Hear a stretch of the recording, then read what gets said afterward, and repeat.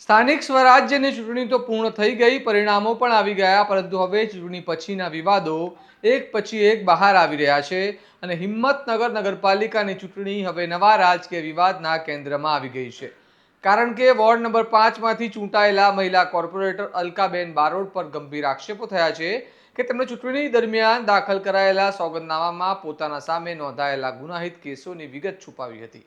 હવે કોંગ્રેસે આ મામલે સીધી ચૂંટણી પંચ અને કલેક્ટર સુધી રજૂઆત કરી તેમની ઉમેદવારી રદ કરવાની માંગ ઉઠાવી છે અને સવાલ ઊભો થયો છે કે શું ચૂંટણી જીતવા માટે ઉમેદવારો મહત્વની માહિતી છુપાવી રહ્યા છે અને જો એવું હોય તો શું આ લોકશાહી સાથે છેતરપિંડી સમાન નથી?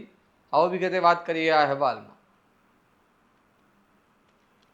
નમસ્કાર, હું ચિરાગ વર્ષાબેન, આપ જોઈ રહ્યા છો સ્વમાન. સાબરકાંઠાના હિંમતનગર નગરપાલિકા વોર્ડ નંબર 5માંથી ચૂંટાયેલા કોર્પોરેટર અલકાબેન બારોટ સામે હવે ચૂંટણી સોગંદનામાને લઈને ગંભીર રાજકીય વિવાદ ઊભો થયો છે. સાબરકાંઠા જિલ્લા કોંગ્રેસ પ્રમુખ રામાભાઈ સોલંકીએ જિલ્લા ચૂંટણી વિભાગ અને કલેક્ટર સમક્ષ લેખિત રજૂઆત કરીને આ મામલે કાયદેસરની કાર્યવાહી કરવાની માંગ કરી છે. કોંગ્રેસનો આરોપ છે કે અલકાબેન બારોટે ચૂંટણી દરમિયાન દાખલ કરાયેલા સોગંદનામામાં પોતાની સામે નોંધાયેલા ગુનાહિત કેસોની સંપૂર્ણ વિગતો જાહેર કરી નહોતી. આક્ષેપ મુજબ અલકાબેન બારોટ સામે બેંક સાથે છેતરપિંડી અને નાણાકીય ગેરરીતિ સંબંધિત કેસ નોંધાયેલા હોવાનું સામે આવ્યું છે અને ચૂંટણી પંચના નિયમો મુજબ કોઈ પણ ઉમેદવારે પોતાના પર થયેલા કેસની તમામ ગુનાહિત માહિતી જાહેર કરવાની ફરજિયાત હોય છે. ભલે તે કેસમાં પછીથી સમાધાન થયું હોય, તપાસ ચાલુ હોય કે મામલો કોર્ટમાં પેન્ડિંગ હોય. કારણ કે મતદારોને ઉમેદવાર વિશે સંપૂર્ણ માહિતી મળવી એ લોકશાહીની મૂળભૂત પ્રક્રિયાનો ભાગ માનવામાં આવે છે. કોંગ્રેસના જિલ્લા પ્રમુખ રામાભાઈ સોલંકીએ આક્ષેપ કર્યો છે કે જો કોઈ ઉમેદવાર જાણતા હકીકતો છુપાવી ચૂંટણીને જીતે તો તે માત્ર નિયમ ભંગ નહીં પરંતુ ચૂંટણી પ્રક્રિયા સાથે છેતરપિંડી સમાન છે. કોંગ્રેસે માંગ કરી છે કે સમગ્ર મામલે તટસ્થ અને પારદર્શક તપાસ કરવામાં આવે અને જો આક્ષેપો સાચા સાબિત થાય તો અલકાબેન બારોટનું કોર્પોરેટર તરીકેનું સભ્યપદ પણ રદ કરવામાં આવે.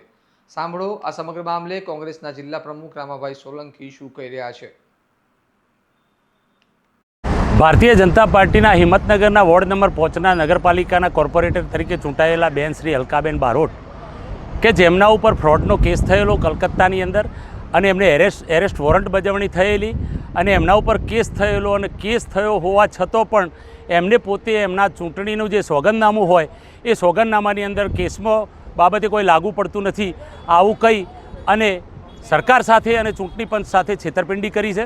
એટલે અમારી કોંગ્રેસ પક્ષની માગણી છે કે એ પોતે અમારી પાસે એમના પુરાવા છે કે એરેસ્ટ વોરંટ નીકળેલા હતા અને એમની જે લોન લીધેલી હતી એ લોનના ફ્રોડ કેસની અંદર જે કાર્યવાહી થવી જોઈએ કાર્યવાહી થયેલી નહીં અને ત્યારબાદ અમને એવું જાણવા મળ્યું હતું કે એમને સમાધાન કરેલું હતું છતાં પણ ભારતીય ચૂંટણી પંચના જે નિયમો છે એમાં સોગંદનામામાં તમારે જેનો ઉલ્લેખ કરવો પડવો એ ઉલ્લેખ એમણે કરેલો નથી. એટલે અમે એમની જે ઉમેદવારી છે એ ઉમેદવારીને રદ કરવા માટેની માગણી કરીએ છીએ અને ચૂંટણી પંચમાં માનનીય કલેક્ટર શ્રી સાબરકાંઠાને અમે વિનંતી કરીએ છીએ કે આ અલકાબેન બારોટ કે જે ફ્રોડના કેસમાં સંડોવાયેલા હોય ને અમારી પાસે એમના પુરાવાઓ છે અને એ ફ્રોડના કેસની અંદર અરેસ્ટ વોરંટની બજાવણી થયેલી હોવા છતાં પણ એમણે પોતે સોગંદનામામાં બજાવણી કે આ સોગંદનામામાં બતાવેલું નથી. એટલે એમણે સરકાર સાથે પણ છેતરપિંડી કરી છે, સોગંદનામું ખોટું રજૂ કર્યું છે અને ખોટું સોગંદનામું રજૂ કરવાના આરોપસર એમની ઉમેદવારી રદ કરી અને એમને કોર્પોરેટર તરીકે ગેરલાયક ઠરવા માટે કોંગ્રેસ પક્ષની માગણી છે. હવે આ મામલો બહાર આવતા હિંમતનગરના રાજકીય વર્તુળોમાં ભારે ચર્ચાઓ શરૂ થઈ ગઈ છે. ભાજપ અને કોંગ્રેસ બંને પક્ષના કાર્યકરો વચ્ચે આ મુદ્દે રાજકીય આરોપ પ્રત્યારોપનો માહોલ ગરમાયો છે. કારણ કે આ કેસ હવે માત્ર એક ઉમેદવારનો મુદ્દો રહ્યો નથી પરંતુ ચૂંટણી પ્રક્રિયામાં પારદર્શિતા અને ઉમેદવારોની વિશ્વસનીયતા પર સવાલ ઊભા કરી રહ્યો છે.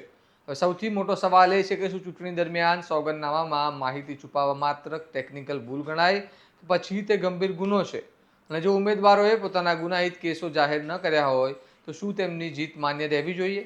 હવે સૌની નજર જિલ્લા ચૂંટણી વિભાગ અને કલેક્ટરના આગામી નિર્ણય પર ટકેલી છે. કારણ કે તપાસમાં શું બહાર આવે છે અને તંત્ર શું પગલાં ભરે છે તેના પર આખા મામલાનું ભવિષ્ય નિર્ભર રહેશે.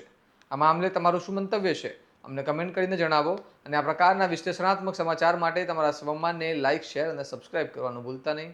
નમસ્કાર.